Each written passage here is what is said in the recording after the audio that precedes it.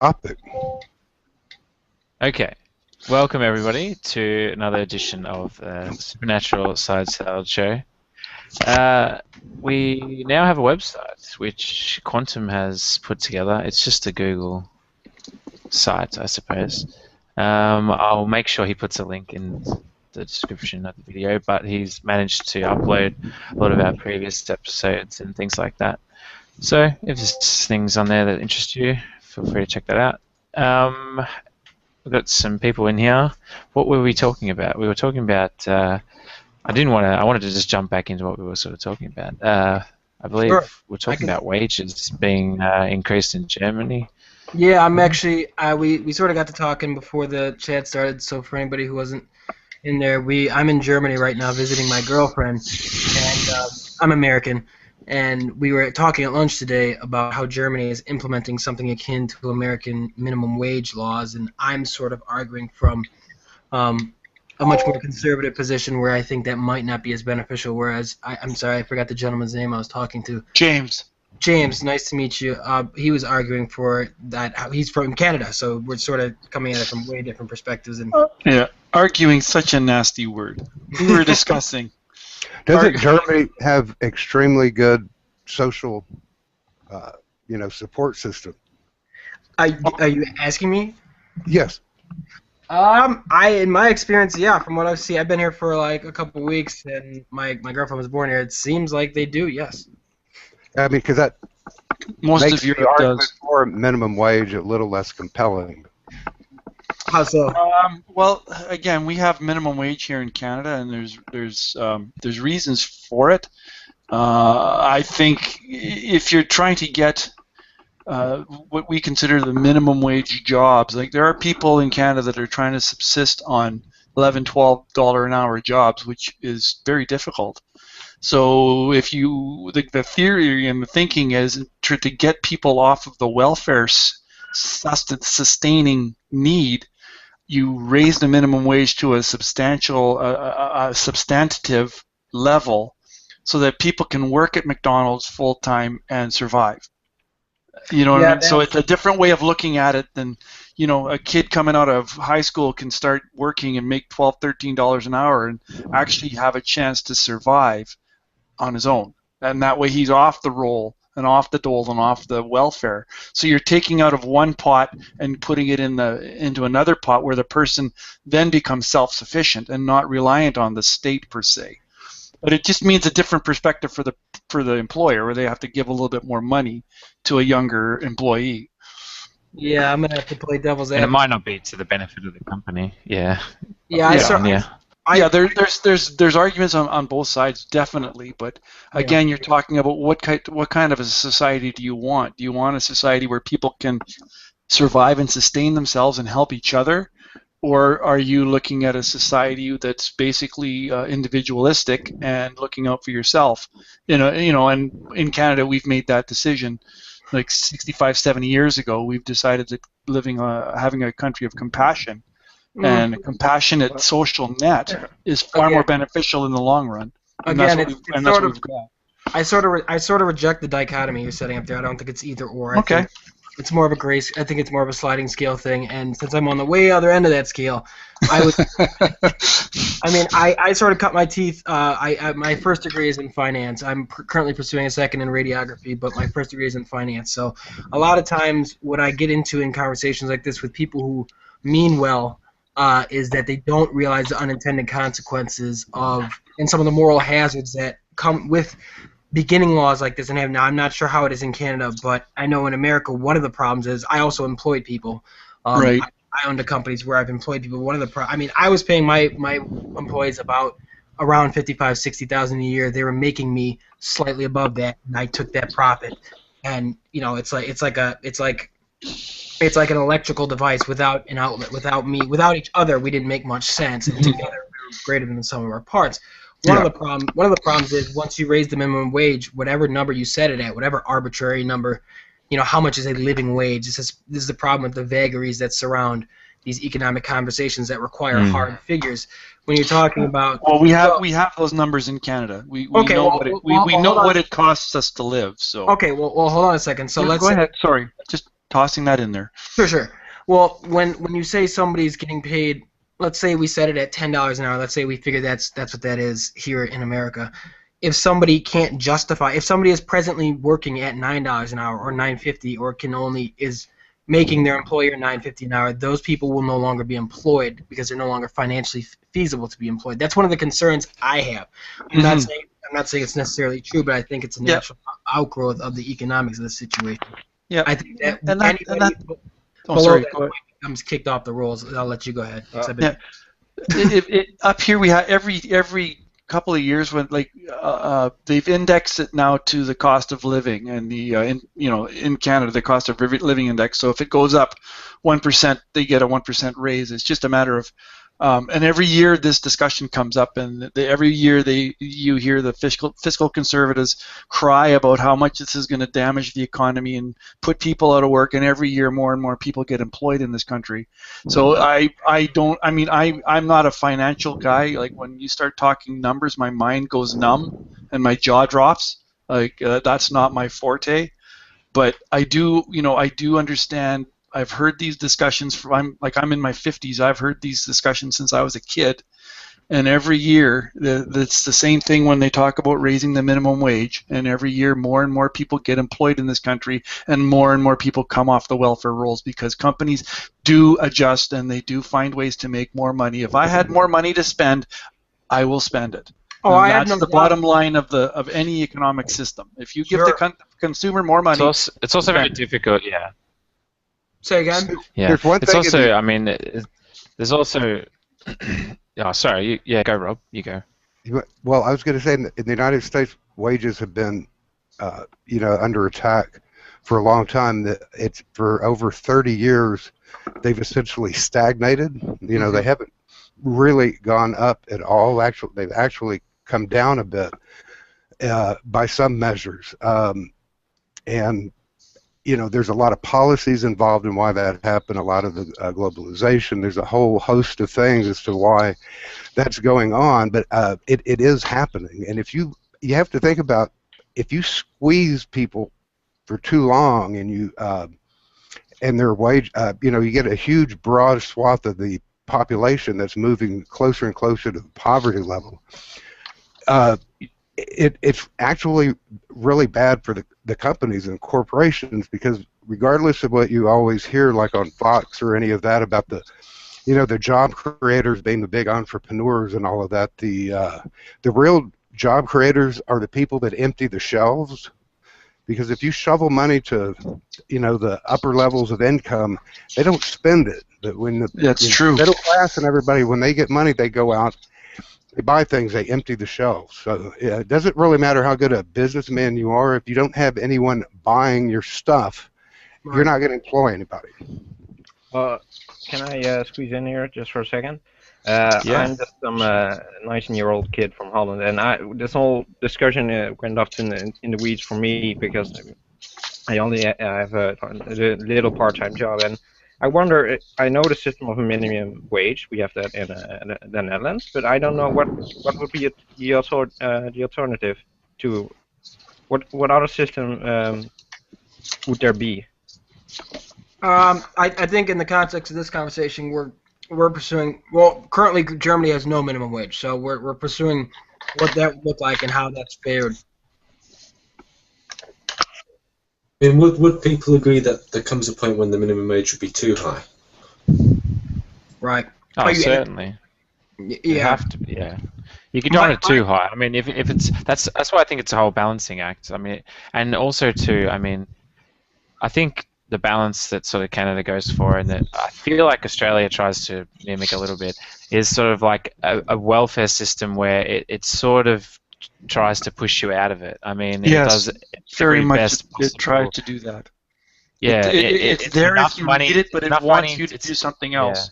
Yeah. Right. It wants you to do something about it. It wants you to get proactive. And I mean, if big organizations and corporations, like Costco and these types of things, because they're starting to open up in Australia as well, but we're not going to allow them to, charge, pay their employees only $6 an hour or whatever. I'm not saying Costco does that. I don't think they do.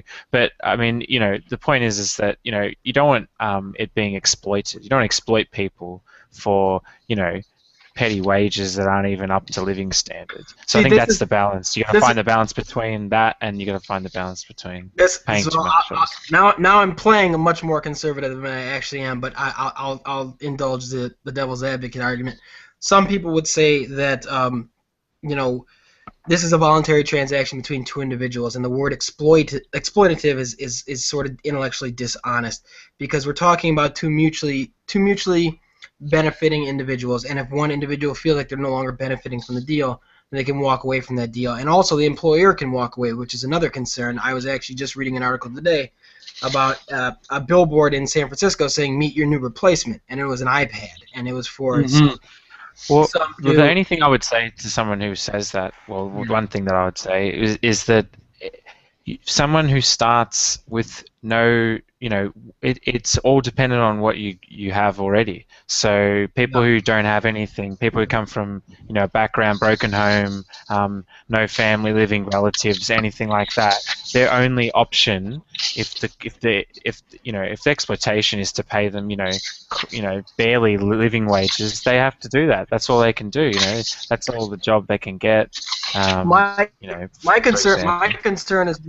concern is again, it's much more of a numbers thing, and without boring everybody to tears, my concern is that when we artificially, first of all, if everyone in this chat, if we represented the whole country, and our bank accounts were doubled, that wouldn't make us richer. It would make us nominally richer, but the purchasing power of that money would eventually, again, rise. The prices would rise in accordance with how much our wages rise. So things would just double in price.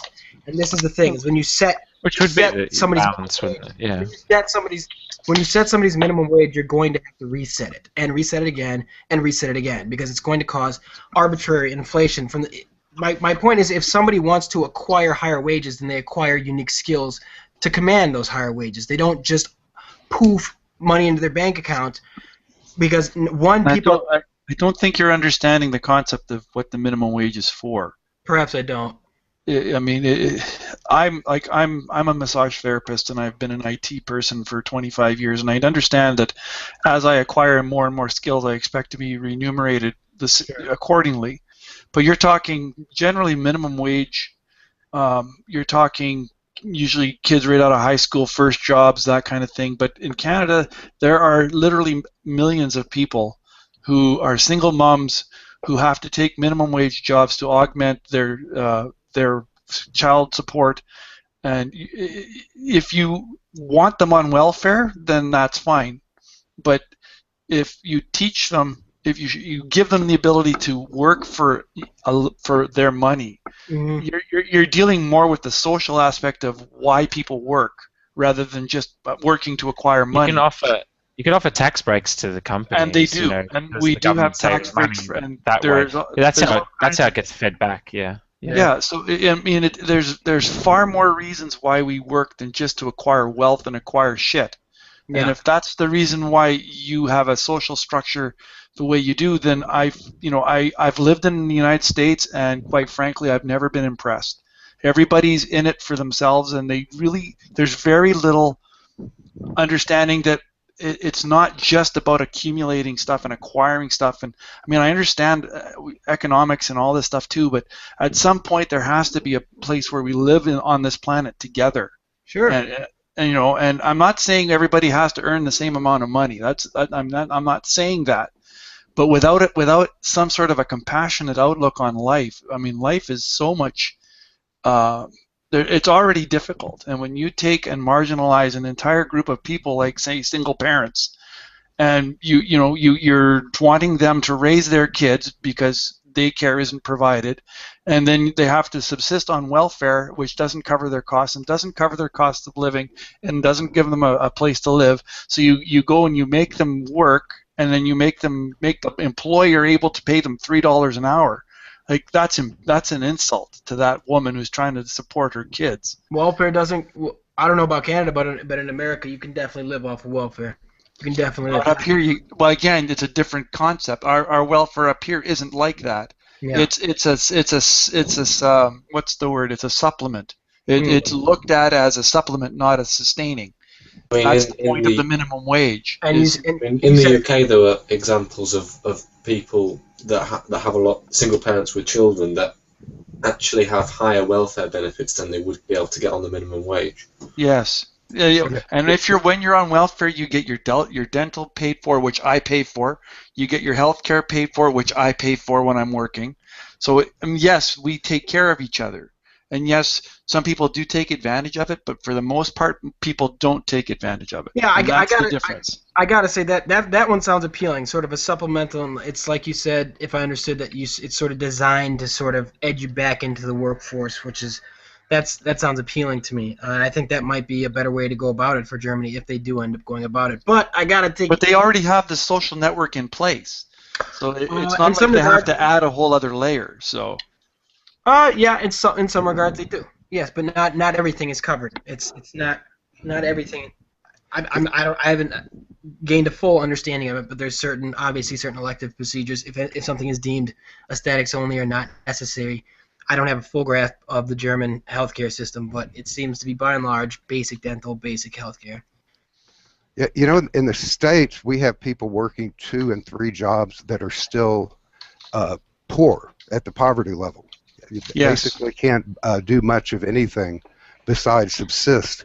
We have Walmart, the Walmart heirs. They have more wealth than the bottom 40%. Well, Rob, they have more wealth than the bottom 40%. And they acquired it through voluntary transactions. Rob, I'm a young black man, so I know all about. They acquired it by the old man dying. Okay. Are you talking about the heirs? The heirs, right? I was talking about the fortune. Now you're sitting there saying that they're doing this through a voluntary thing, but how voluntary is it when that's all that's available? Okay, that's the best you can do. I mean, there just isn't anything. If you want to, have a job, you're going to have to take something like this. I mean, you can do it. Rob, you can do what I did. You can take out a loan from the federal government. And you can take out a federal loan from the government and go to school and acquire a unique skill, which is what I did. That doesn't work for everyone. Why not? It just there's people with children. There's people that school doesn't work very well. There's a whole host of reasons. The schools are different. There's different. The system, university systems. Well, I know in my country, don't exactly, they excel certain individuals, but it doesn't help people who may be, not as intelligent or need a better start in terms of, living a lifestyle, maintaining a healthy, balanced lifestyle. Think about. I'm not saying it's perfect. I'm not saying it's perfect, guys. I'm just saying I'm not trying to bash you either, Brian. No. I love being proved wrong. I'm totally open to being proved wrong. I'm just saying, from my perspective, I think being proved wrong is the nicest thing you can do for me, frankly, because I would rather be right. But from my perspective, anyone. Yeah, me too. I agree with that. From my perspective, my mom went to night classes and she became an executive at IBM. My father's an executive at GE. This is how they raised me. They raised me that once you hit a certain age, you go out and you make it on your own. So I busted my butt. I took a loan out from the government. This is after my first degree, which I paid off. I took out a second loan to go back to school for a second time because I graduated in 2007 with a degree in finance. I'm not sure if you were watching the newspaper, but in 2008, that finance degree was rendered largely useless because nobody wanted it. I heard about that. Wow, yeah. So I went back. This might sound like a bit of a weird point, but as it's clearly the case that people with higher intelligence are more likely to be able to find jobs, would there be any incentive to give more subsidies to people that do have learning difficulties or just a lower intelligence in general? That's interesting. There's a lot of people. We have subsidies. We have subsidies for employers if they employ someone who has a mental disability. They pay them half their wage, and the government, or 3/4 of their wage, and the government supplements the rest of the wage. So the employee, benefits from having them on board. So, yeah. That's an example. Sort of more generally than that, though. I mean, for instance, if you're in, say, the bottom 5% of the population in terms of general intelligence, I mean, and you might not have a specific mental disorder, but your chances of making it in the world are significantly less than someone who's in the top 5%, for instance. I would agree. You should probably have a separate. There should be a separate. I mean, you'd be like a sickness benefit or something along those lines, perhaps. I mean, well, it would be pretty controversial, though. You know. Yeah, I think that would be very controversial. I suppose. Yeah. Yeah, we've had an you mean based just off intelligence? Sorry, go on. No, I was going to say we've had a huge reduction in the funding for, for higher education. I mean, the pricing has just shot up tremendously, and it's almost impossible for anyone, short of the pretty well-off people, not to incur substantial student loans. And the student loans, you cannot get out from those, short of dying. The only way to get out from those loans is dying. Yeah, but again, our current conservative government's trying to push our system to go more like yes, but I incurred student loans, Rob, and I paid them off in. I mean, my first situation was extraordinary because I was fortunate enough to start a business that did well enough to pay them off, and I incurred a second set of student loans. Yes, it's debt. This is the way debt works. You incur debt with the expectation to pay it off. That's not how corporations and people who are well off, they just file bankruptcy anytime it's to their benefit. Look at that idiot in New York, Trump. Do you know how many times he's filed bankruptcy? Do you know how many loans he's just walked out from under because it made business sense?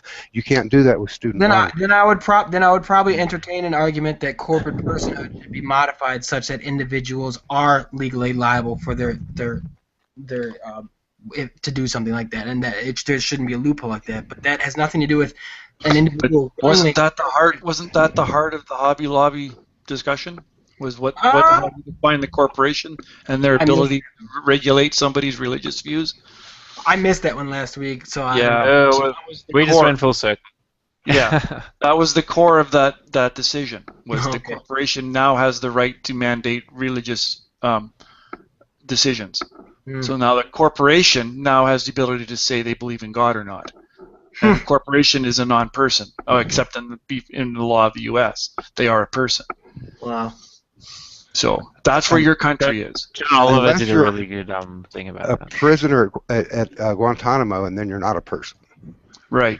Yeah. But that's not in the United States. James, it is in the United States. It's Guantanamo Bay. Yes, we took it from Cuba. Oh, did you? Okay, I didn't realize that you'd taken it over. That's U.S. territory. I didn't realize that. Well, that makes it even worse. Let me put a little something else in here about people have been making a lot of these economic arguments, and all these economic arguments are sort of based on the idea of sort of market forces. Yeah. But those are not really at work, because one of the real basic assumptions for a market to work is that capital and labor are free to flow where they can do the best. Now, capital flows very easily. People don't. People can't move to where they can get, good working wages, and that's one of the ways that corporations have squeezed people, and it's been made so easy to squeeze people. Is the ones that haven't already left, they can just threaten, "Oh, we're going to move the corporation offshore, to China, or whatever." And you can, if you go back quite a few years now, when Greenspan was still the Fed chairman, whatever, he's always given the speeches, that people could glean all kinds of stuff from. And that's one of the things he said, that the corporations are doing so well now because the job market is so uncertain that they can put a huge downward pressure on wages. I would largely agree with what you just said. The only problem I have is the I mean, I get that corporations make mistakes, and they have many rights afforded to them that individuals don't have. And I get that they're in a position where they can exploit people, saying they necessarily do not. However, corporations are largely made up of voluntary transactions. That's why I don't feel like Starbucks or Walmart or whoever you've got a gripe with is as bad as the worst governments could be, or even some of the best governments, because at the end of the day, they don't have any authority over me. And I'm not Well, it's terrible. interesting you mentioned that because we get in Australia a lot of the banks. I mean that's something we depend upon. I mean we need banks. I mean we can't live without them, and I think they shouldn't have the right to. I mean a lot of the banks have been doing is a lot of our call centers, a lot of our technical concerns, bank transactions, things like that is all taken care of over in India and Malaysia and other parts like that because it's cheaper for them to pay them a lower wage, and so we end up getting less jobs here as a result of that. And so that's a reason why you don't want corporations we went under from, so much pressure. But at the same time, you don't want them cutting costs there where they're making profits. So. I would say a bank is not a great example of a voluntary corporation because at the end of the day, your currency is sort of the antithetical to. Oh yeah, I was just merely bringing them up as a different sort of example of where I don't want to see that happening. I don't see the banks doing that. It doesn't seem right. But yeah.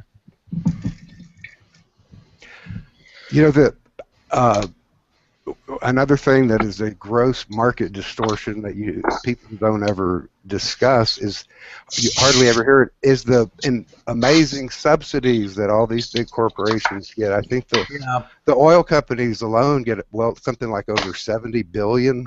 I agree. It's kind of insane. Love to sit mining there, and coal industry.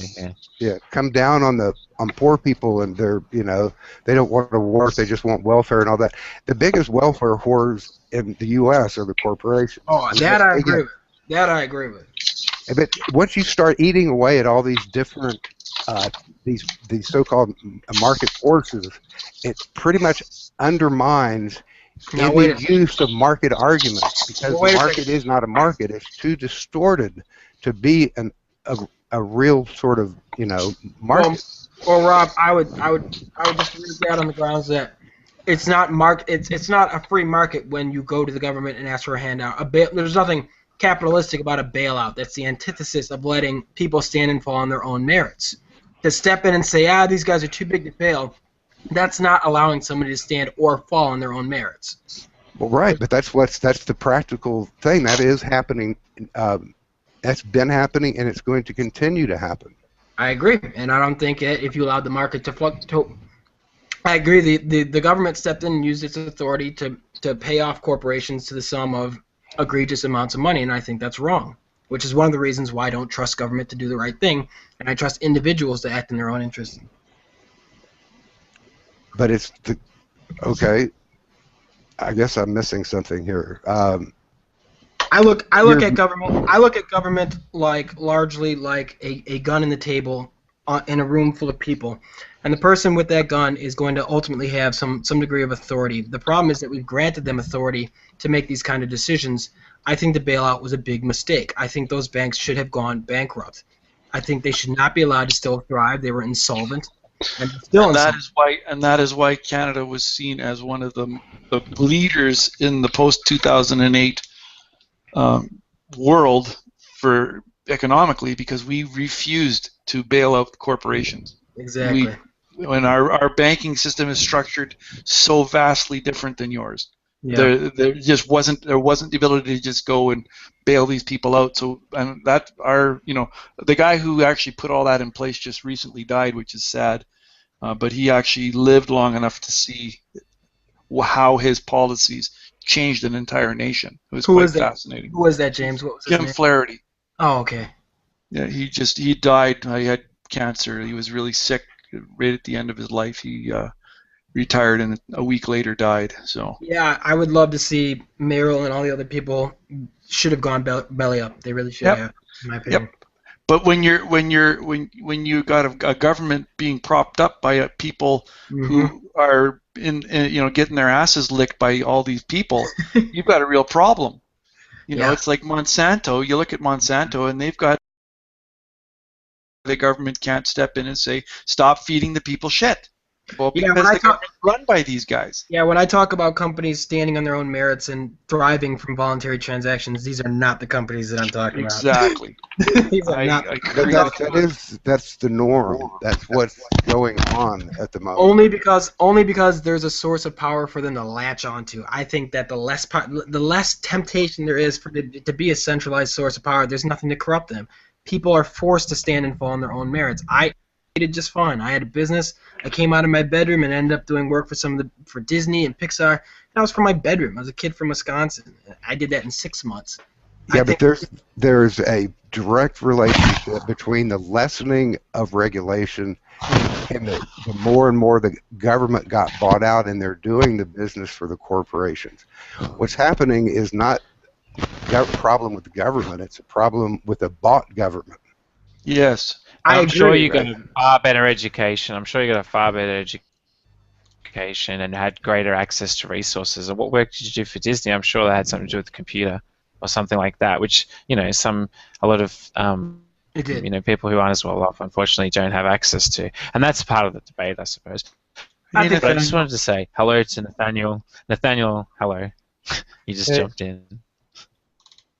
Hey. Is there anything you wanted to quickly just open with or say, and then anyone else can jump back in? No, I'm just listening. How are things going in your part of the world? They're all right. I actually wasn't gonna log in tonight, but I did promise Quantum that I would be here tonight, so I felt kind of bad not logging in. But yeah, so I did. Well, it's completely understandable. I mean, guilt. I'm fine. I'm in a very safe part of the country, so I'm okay. Okay, good. That's good. Is there any place that's not safe in Israel proper? What? Is there any place that's not safe in Israel proper? Yeah, well, the closer you get to Gaza, the less safe you are. Yeah, but y'all lose far more people in a year from accidental falls than have been killed by, by rockets and mortars since 2000. Yeah, I know. I mean, in a year. I mean, I'm talking a year of falls is more than you could. So you're actually in more danger from your bathtub than you are from a Palestinian rocket. I'm in more danger crossing the street. That's not an issue in contention. Look, I mean, 911. I was there for 911 in New York, and you had more of a chance of getting killed on the highway than you did of dying in a terrorist attack in New York City. So I'm not debating that. Yeah. Well, I mean, that's one of the things that made the reaction of this country and the $3 trillion we've blown utterly insane. Just made no sense. No, because you're dealing on a level of, you see it in a level of let's say what it produces. You're seeing it on a different level. You can't fight that on that level. You have to fight it on the level of potential, and that's what it's about. It's potential. So even the potential, any short of biological or nuclear weapons, it's just not there. The danger is not there. It never has been. No, I would disagree. It depends what you do about it. It's a potential. I really didn't come in to argue this again. Yeah. But this wasn't the topic we were discussing. I apologize, but no. Listen, I'll just say I accept that. I agree with it. But again, it's like, okay, so you have more chance of dying in a car accident in America than you do, far more chance than of being killed in a gun-related crime. Does that mean that the police should do nothing? Does it mean that it should just sit by because it's not a statistical likelihood that you're going to get attacked by a thug? What's the alternative here? It's just to sit back and do nothing. I don't know what the real alternative would be on any of this. I just it's going to produce a reaction, whether it's by some to be an overreaction or not. It's going to produce a reaction, and people. Oh, it's a bit of a noise from your microphone there, Nathaniel. Huh? Your microphone is making a bit of a lot of noise. It's hard to hear. Oh, is it? Is it still doing that? It's not right now. Oh, okay. Well, it might be my my cord. Okay. So anyway, yeah, it's not really, you know, again, there are lots of things that are far more dangerous that we accept every day as just reality than people attacking us or people, you know, or threats from outside sources, but still we're going to react to those threats anyway because we try to do something about it. You know, do I think that we should do something about car deaths? Yes, I do, actually. You know. I have just thought of a topic I thought that might be interesting people. It's been an interesting, well, it's been headline news in Australia. Is the probably headline news all over the world, but the gunning down of the Malaysian airline. Sure, it's headline news here in Holland. Yeah, Did you hear that about 100 of the top AIDS researchers were all on that plane? Yeah, I did. Yeah. They were coming back. They were heading to a convention. They were heading to a concert or like conference or something. Conference, yeah. Is there? I haven't heard anything since late Friday. Is there any recent news? Yeah. Well, there's just been political pressure. There's been political pressure, and on the site, the rebel have been like stealing bodies and making it difficult for anyone to sort of go near a lot of the site. And finding ways to blame Obama. It's clear. It's fairly clear that they're hiding evidence and erasing it. And yeah, they've stolen the black box. I heard. Yeah, I heard that they'd stolen the black box. On the news, they have footage of one of the separatists walking around with a black box. And if it was the Ukrainians that shot it down, I would have thought that the rebels would be all too willing to let the international investigate. There's a lots of circumstantial evidence that it's they had the radio conversations, right? It's the radio conversations and the posts on Twitter and on Facebook, and then those posts just magically vanished and disappeared hours afterwards. They had the exact. They had exact. Not only that, but this is the really interesting part. They had boasted of these missiles a few months ago on Facebook, and had put up pictures of them, and those posts as well have been deleted because they didn't want any sort of evidence. Yeah, they were boasting about the fact they had to shut down another A-26 transport plane. They didn't realize before they realized it was they shot the wrong target. It's obvious who did it. I'm sorry to say, you know. Yeah, it's a pretty big deal in Holland here because 192 of the passengers on the plane were Dutch, and I think it's an interesting topic. Maybe to begin into all the back in the conflict with it into ethnic self-determination, because that's what the entire conflict began with, and it kind of went out of control with Russia and now the civil war. But I think that's the place where it started. Yeah, I just don't see Russia as being right in this at all. No. In any way whatsoever. And the stupid thing is they could have actually gotten what they wanted if they had just pursued diplomatic avenues. They could have quite easily. They would have had their own separate autonomous region by now. It also shows that it shows that Russia can put. I mean, they have military presence in Ukraine. I mean, it wasn't in Russia. It was still in Ukraine. I mean, Ukraine are just sort of hanging back, they're defenseless, basically. And they're being exploited, and it's ridiculous. Of course they are. They don't care, and they don't see it. Yeah. Well, the Russians are in complete denial. The people on the ground as well are in complete denial. And I don't know if you saw the reports from BBC and others where apparently the separatists who confronted them half of them, including their commanders, were drunk at the time, and it shows on the footage actually. Yeah, they're just thugs and brutes and frankly terrorists. And didn't someone in the Russian rebel, I might have this wrong, but didn't someone in the Russian rebels release a tweet before the plane exploded saying they had this big gun or something that could shoot down really high anti-aircraft, and then of course the plane went down and they deleted the tweet. Well, no, that wasn't the only thing. They posted the commander posted on Facebook that they had shot down a plane, and like a minute afterwards, and then of course that got deleted as well. And I mentioned that they had boasted of these missiles a few months before on Facebook, and then they deleted those posts as well because they didn't want any evidence showing that they actually had missiles.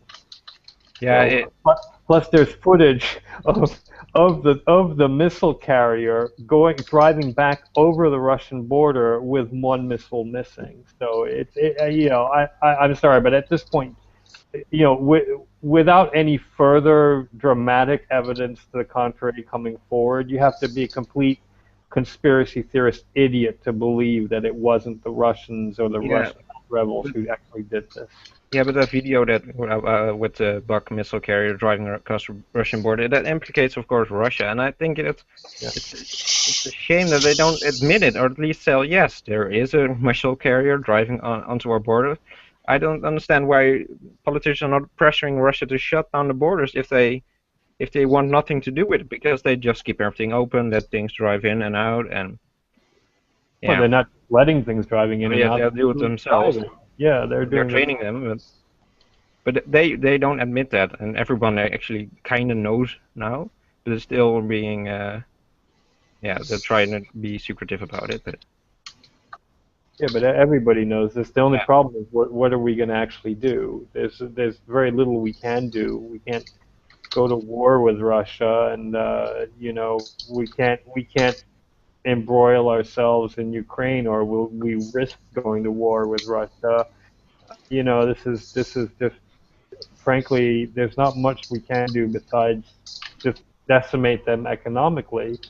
But I mean, what can we do besides what we've already been doing?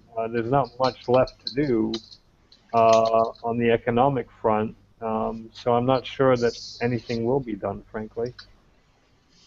I mean, is anybody suggesting that it's anything other than incompetence? No, it's not incompetence. You can't fire a missile like that by being incompetent.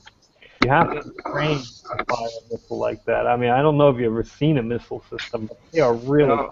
I think what you mean, I think it's half incompetence, meaning that somebody trained them to use this system. This isn't like the Scuds in the Iraqi war. They were incompetent in the fact that they shot down. They thought they did not understand it was civilian. Yeah, and they intentionally did it, but they did not know it was a civilian plane. Right. Well, I can't think of any reason why they would want to shoot down a civilian plane. There's just no motive for it, and it's not like we haven't done the same thing. Yeah, that's ignorance. It's not incompetence. But when we did it, we didn't try to hide the evidence. That's first of all. That's the first thing. Well, there wasn't possible at that point. We admitted it right away, and there's a difference when you make a mistake like that and you admit it right away and you're willing to face the consequences, as opposed to hiding the evidence and making up bullshit and lies to try to hide yourself from the crime. There's a big difference, frankly. Look, in war, mistakes happen all the time, and anybody who doesn't accept that is also an idiot. But it's how you accept your mistakes which matters the most. Okay, that's what really matters. And I think that's a bit of the problem that exposes here. In military conflicts, it's mostly presumed you have professionals fighting each other, but now you have a more or less professional Russian army fighting separatist rebels, which are being supplied with very professional grade equipment. These anti-aircraft missiles, we can shoot down planes to 20 kilometers high, and apparently not manning them with adequately professional crew that they at least can operate the weapon, but not understand what they're actually using. What it means to just shoot down some planes. I disagree. I think they are professionals. They, in fact, the crew that shot the missile may indeed have been professional Russian operators. We have no reason to believe that they had time to train these separatists. I think that these crews actually are Russian. I believe they come in crews of 3 for each missile battery, and these are highly trained professionals. And I think they made a mistake. They thought they were shooting down a transport carrier or a cargo plane, and they made a mistake, a really bad mistake, and a horrific criminal mistake. But it was a mistake nonetheless. But they don't want to be implicated.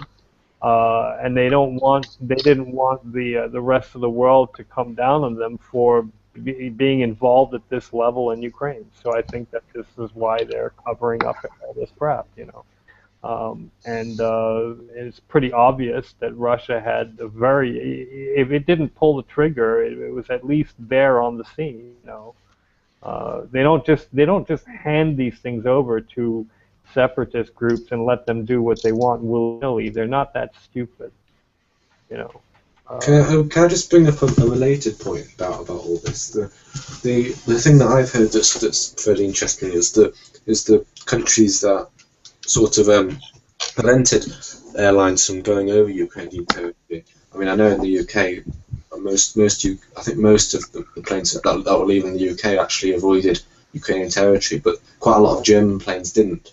Well, I'm wondering what people think about that. Well, I just read an article today where I heard people saying the U.S. government did not allow U.S. planes to cross over the Ukraine. What I learned from that is that that's not technically correct. They don't allow planes to go over the Crimea, but they still allowed planes to fly over Ukraine itself. And as far as I know, still, before the incident, every airline did allow it, but there was a warning posted by Ukrainian government that you cannot fly. It wasn't safe to fly below 32,000 feet. So that's why the Malaysian airline just sent it a bit to 33,000 feet. But as far as I know, the rest of the airplane companies still allow them to fly over there. Yes, on the Young Turks, they said that, we came out and said we're not letting our planes fly over that area, but it turns out, at least according to the Young Turks, that there are no scheduled U.S. airline flights. No, but as I said, at first, the first point is there were no flights going over there, and secondly, it's only the Crimea part of it. Not in, it was, and now it's of course entirely. Another Malaysian Airlines complete bungle. It seems. I mean, no, because as they said, they pointed out that there were dozens of other planes at the same time using this. I see. And it was certified as safe by, I forget the name of the ICOA or something, the International Commission or something, or aviation. So they're at fault. What the article pointed out is that all airspace is presumed safe unless it's otherwise designated as military airspace or a war zone. Right. And that's what Ukraine wasn't technically a war zone. There's a civil dispute, war you could say, but there was no military air traffic in the area. Or at least not above 33,000 feet. So that's why it was presumed safe, and that's how it operates all over the world except China. That doesn't really matter. There were many other companies that had heeded the advice of the International Commission and said that this is a safe corridor, and there were many others flying above it. So this was really just a luck of the world. Malaysian Airlines just got unlucky twice in a row in 6 months. So But I don't blame them for that. They did nothing wrong. It was certified safe, and they just were doing as everybody else was doing, presuming it was safe. There was no reason to presume that they were going to be fired upon by military-grade anti-aircraft fire. Because there wasn't any. There were no targets in the area for anyone to shoot at, really. Right. They were wrong, apparently, but not at that height. Yeah. Yeah. There had been a lot of planes. You mentioned it earlier. A lot of planes had been shot down. Lower previous. Yeah, I think it's 2 Su-25 ground attack airplanes and another transport plane. Yeah, these are at lower altitudes. These don't typically fly at 30,000 feet. You know, 2,000. I just want to introduce Morgan Freeman. JD Kane, who just entered the hangout. Anyway, how are you, JD? Hey guys, how you doing? Just catching up on the topic. Yeah, it's cool. We're just talking about the Malaysian airline flight that occurred and who's to blame and what's going on in that. What were you saying, Rob? No, just that there had been, a number of planes had been shot down previously. I'm looking at the transcript of an interview on Democracy Now! With Stephen Cohen, and he's talking about the Ukrainian government has been, as he says, bombing, shelling, and mortaring eastern Ukraine cities. Basically blowing away a shitload of civilians, and that's basically who these people were shooting down. So that's why they're sitting there. That's why they have all these weapons. It's not like that's not an offensive move. It's a defensive move. No, I disagree. Why are the Ukrainians bombing and shelling those cities in the first place?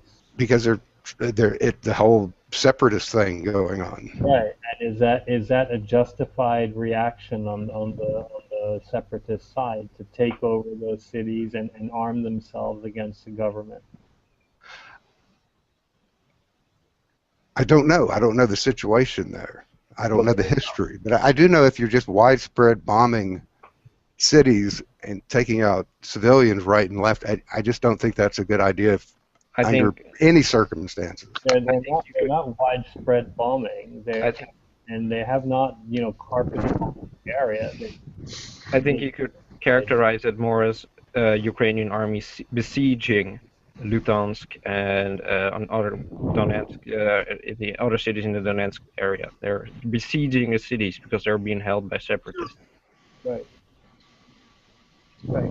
And this is not separatist, on a groundswell movement of their own making. This is Russia stepping in and interfering and giving people weapons and putting Cossacks in charge and putting special forces in charge and basically lying and saying they're not doing it when it's very clear that they are. How did these people get tanks? How did these people get missile launchers? How did they get, shoulder-fired missiles, etc.? And how did they get all the equipment that they have? These were not like farmers, rising up with shotguns in their hands. This is all specialized equipment that costs millions and millions of dollars that it is being funneled to these extremists to take over these cities and try to basically break away the Ukraine, half of the Ukraine to put it back to give it back to Russia. This is just, it's unacceptable. I mean, I know that America interfered as well, but we didn't start putting in like a ton of military hardware to get things on our side the way we wanted it to go. So.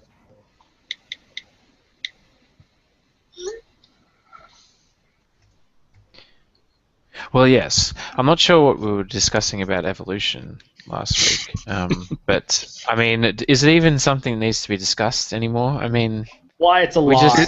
It works. It works, and it's true. It's a fact. I'll just interject briefly. I think the main gist of the Magic Sandwich last week was about education rather than evolution itself. Yeah. So I mean, it was a lot of stuff on about Aaron Ra, for instance. Ah, yes, the long-winded conversation about whether or not evolution should be taught in schools. Yes, it should, and get your other shit out of there. I mean, can we get over that? It's interesting that that's such hotly debated in America. I don't know. Well, there's lots of reasons for it. Well, there's a conspiracy among biologists to hide the truth of special creation. Yeah. Yeah, we all know. Truth. Tommy. We all know Tommy very well, don't we, JD? Well, I have a new challenge for Tommy. One I probably brought up with him before, but I'm trying to phrase it a little bit better. Which is, you're claiming that, was it that it's impossible for evolution to produce novel function? I was like, fine, whatever's Jeff. A novel anatomy. How did you determine that it's impossible for X to have evolved by small changes? He's pick your organ. The lung, the immune system. Take your pick. Well, he's caught up on new anatomy. Like, if I have a mutation, I should form a new structure.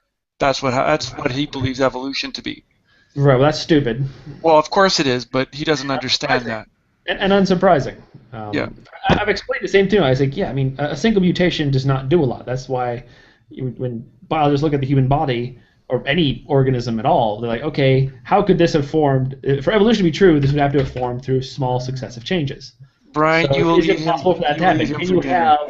Can you have a step that eventually leads to the evolution of a lung? And the answer seems unanimously among biologists seems to be yes. So I don't have any grounds to challenge that. I mean, I'm not a biologist, and what evidence I have seen that is at my level makes perfect sense. So that's enough for me. That's enough for me. But clearly, if you have a religious, a kind of dogmatic bias against it, okay, you're going to need a little bit more. But at some point, you're not asking for evidence. You're asking us to teach you biology so that you can reject it. That's not rational. You can't have a rational conversation at that point. No, that's true. We've been around with Tommy enough times. Round and round and round. Going to take what we give him. He's kind of predetermined that he doesn't understand. He doesn't want to understand it. God did it 6,000 years ago, and that's all there is to it. And I wish he would admit that, because that clearly is the case. He almost did. He almost did once, but he's not convinced. He has called himself a young Earth creationist, but he has also made it very clear that science only works when it supports his position. So, and he very much is, I guess you could say, he's rocking a argument for ignorance, and he's been very clear about that. Although he doesn't accept that. When I say that you can argue for ignorance, he just says, "Oh well, so are you," because he doesn't quite. Proves his position. Yeah, Michael. Yeah, because he doesn't know what an argument for ignorance is. So I explain to him, an argument for ignorance is when you're basically saying that since I can't explain something, that means whatever you think is true is better for it. And that's not true. That also forms a false dichotomy. If I'm wrong, that means the answer is up for grabs. We don't know. Not that your particular religious claim has more merit. It doesn't. You disprove evolution tomorrow, it doesn't help you. You're going to have to come up with your own positive evidence, not just, hey, well, you're wrong, therefore. No, it doesn't work that way. It's not a true dichotomy between evolution and creation. It's a false dichotomy. That's true. That's a false dichotomy, absolutely. Yeah. So, again, he's a product of his part of the world that he lives in. So, he really is. It's always fascinating to listen to him and Pillbox, two guys that do the same work, explain evolution and biology and microbiology and genetics. It's quite fascinating. I want to have another talk with Pillbox, although under the rule that if he starts ranting his typical sound bites, then it's over. I mean, he can actually have a reasonable discussion. I mean, obviously he's wrong about a great many things and doesn't understand biology, but that's fine. Most people don't. So at least you can have to talk about it. The problem is he'll stop thinking and start throwing off these sound bites, like evolution has been destroyed by science. No, that's not the case. We've never provided evidence for that, so stop saying it unless you're willing to. Science destroys evolution and no one's ever proved. When he starts doing the ranting thing, that's why I just want to shut up. Like, okay, we're not getting anywhere. We already know what you're saying is false because you refuse to support it. So Fiona and I, for those who don't know Fiona, she's actually she's got a master's degree in biology. So when you're talking about evolution, that's kind of what she does for a living. No, she has a PhD, right? Yeah. She has a PhD. She works as a molecular biologist. She's a molecular biologist. So her and I sat. She's retired now, but she worked as a molecular biologist for some 30 years. Yeah. So her and I. Correction. She was a bit of biology. I think she ended up in molecular biology, but I think she also did some microbiology. Yeah. Her and I sat with Pillbox for almost 5 hours one night, explaining step by step the process of evolution, and at the end, he said, See, it's a circular reasoning. You evolve to evolve because the pressure's to evolve, so therefore it's a circular argument, therefore God. And Fiona, she was dumbfounded. She had no response. It's like, how do you get that after 5 hours of being explained step by step to the point that it's a circular argument? Anyway, that was probably the last time I've talked to him, and I have no interest in listening to him ever again. He can't be honest, and that's part of it's a real problem for me.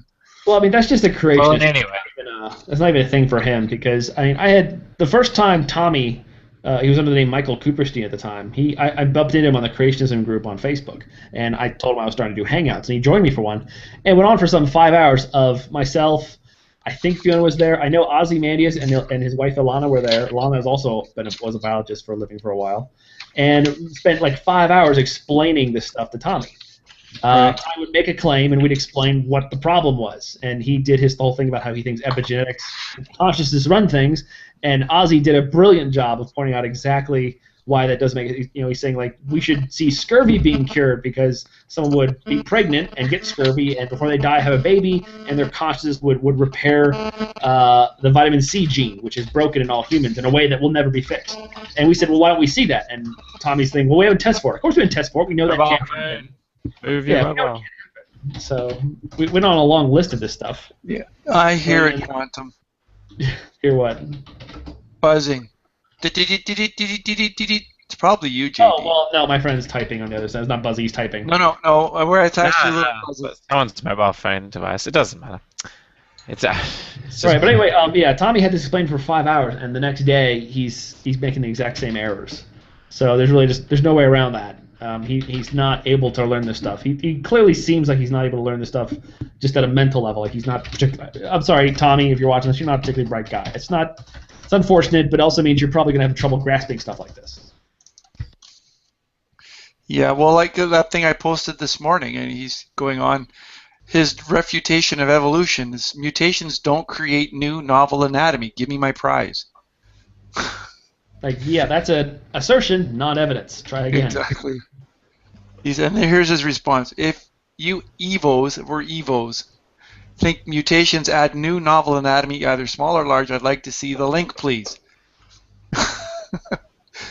Oh, funny. The point is that you evolutionists have no creator. Your biological mechanism of creation is bogus. So there's his understanding of evolution and abiogenesis. All wrapped up in one statement. We have no creator. Yeah. Does he not understand where? No, he doesn't. No, he doesn't. Okay. When you put the word "understand" in a sentence with Tommy, just assume the answer is no. I would generally like to push away from talking about individuals, but I don't. Yeah. It's good to talk about the arguments and things like that. But yeah, it's very frustrating when people aren't prepared to just absorb the information that's given to them, especially when you go to great lengths to help them, like a 5-on-1 conference for 5 hours. Yeah. And they just refuse to accept the evidence because they either don't trust science except when it sort of confirms what they want to believe. So it's like you can't pick and choose. You either you accept science for what it is and where the evidence takes it, or you reject it altogether and live by faith and say that you have a faith-based position like Fiona does. I feel like we have to find what's making people think this way. You know, that's the real key. You know, is it this? You know, I mean, I was a Christian for 18 years of my life, the first 18 years of my life, because I was brought up in a church sort of life environment kind of thing. I mean, how unfair is that? I mean, I didn't get to choose or decide for myself or make a decision that I believed in God. I believed in God first, and I had to unbelieve out of it. You know, and it's sort of like, if we could find whatever it is that gets people to think these wacky, crazy things, I don't know. There's a simple thing that you see constantly. People that have those kind of beliefs, when you just sit there and say, I don't believe in God, there's no evidence for me to believe, they insist that you're asserting God doesn't exist. This isn't, the most subtle thing in the world. It's not all that basic a concept, but it's not that really hard to understand. And you can't get that through their heads. Even if you can spend maybe not 7 hours, but you can spend 5 minutes explaining to them, and they'll assure you that, oh yes, I understand. And 2 sentences later, they're talking with the obvious assumption that you're asserting God doesn't exist. And Right. that's one of the things they will not get through their heads. Well, no, they've been taught this from the time they were beginning Sunday school, that it's either God or evolution. Evolution is a religion, just like God is a religion. And when you have that dichotomy drilled into your head, you really have to be aware that that's their position. If the Bible is wrong on anything, this is the fundamentalist position. If the Bible is wrong on anything, it's all wrong. That's why there's no contradictions in the Bible. That's why there's inerrancy. That's why it's all good for everything. Is God is there, but as soon as one thing is proven wrong, then the whole thing has to be thrown out in their worldview, despite what all the liberal theologians and all the non-fundamentalist people take approaches to it. People with like young Earth creationists, they have to accept that all is true. So, and that's a problem. Sort of, where is that coming from? It's like, where is that attitude? Where is that? Is that a mind? Is that a thing in the brain? Is it a taught thing? Is it? It's a taught thing. A belief thing. Well, Bryant, when you were growing up in Wisconsin, Yeah. what was your education system like? I actually went to private school for a couple years, and then transferred out in the middle of my junior year to go back to the public school. Right. So did you grow up in a small town in Wisconsin or a big city? No, this is pretty. It's like a suburb of Milwaukee. Right. So how Christian was your part of Milwaukee? Oh, very, very. All right. So when you would go to a school the private school was a Catholic school. Yeah. So you got religion as part of your education. Of course. No matter. My parents raised me non-denominational, summer camp, Bible camps, all that stuff. Yeah. So there you go. So when did you start getting this stuff taught to you? How old were you? About 5, 4? Yeah, as far as I can remember, and I rejected it as far as back as I can remember too. The Jesuits, who are a bunch of priests of the Catholic ilk, have a saying: "Give me a boy till he's 7, and I'll give you a man." And that's where the indoctrination happens, is at a young age, and it starts early and it never stops. And then maybe somebody could young Earth creationists. Maybe somebody could explain to me truly, I've had this debate a million times, and I swear, because I have sort of non-denominational parents who just take the evolution as God's way. It's His work. It's more that's the Catholic Church's teaching on it. They accept that evolution happened, but God's just the directing force of it. Mm-hmm. That isn't a big deal. For people who don't accept it, can somebody explain to me? I've never understood where the two become mutually exclusive. Obviously, it's a false dichotomy, and I think on that point alone they lose, because, like you said, they need to come up with their own positive evidence. But for people who would say there's a conflict, the Bible is that conflict. Well, go look up Kent Hovind or Eric Hovind, and that's your counter pseudoscience. And they because they have a captive audience in the evangelical fundamentalist churches, they don't need to provide any evidence other than almost facts. They preach evolution as an atheism, both as religions, and anything that's a religion that's not God-centered is evil and wicked, and any doubt that is cast upon your faith is evil. So if evolution provides doubt to your belief in God, then you cast it out. So that's where their audience is. On that basis alone, they reject it, not because absolutely. There's no evidence. Bible passage. No. My question is: some Christians accept it. So, is there any particular Bible passage where there is a conflict that would make evolution necessarily refute a God, or is? Well, they take Genesis literally, of course. So they deny common descent, and they deny the fact that we all come from humans living for 400 years or whatever, how many years? They accept all of 900 there's and something years. They accept all of that as evidence true. of any human being living. The Bible. Our life expectancy has increased, hasn't decreased. Don't forget the whole kinds thing either. Yeah. So they take literally the book of Genesis and they build the pseudoscience around that and promote that as an alternative to real science and saying, if that science over there, which is tied to the atheist position of atheism and their religion, and it's a religion as well, then you have to reject that because it's not what God says. So God's word is true, and like Ken Ham says, you have to look at science with your Bible glasses, and if it disagrees with the Bible, you have to throw it out. This might be slightly irrelevant, but why do they always say atheism is a religion? I thought a religion is supposed to be a good thing. I mean, but they can call it a religion, then they can reject it as a religion like Hinduism or like any other religion. The same way that it's not their God. We don't worship their God.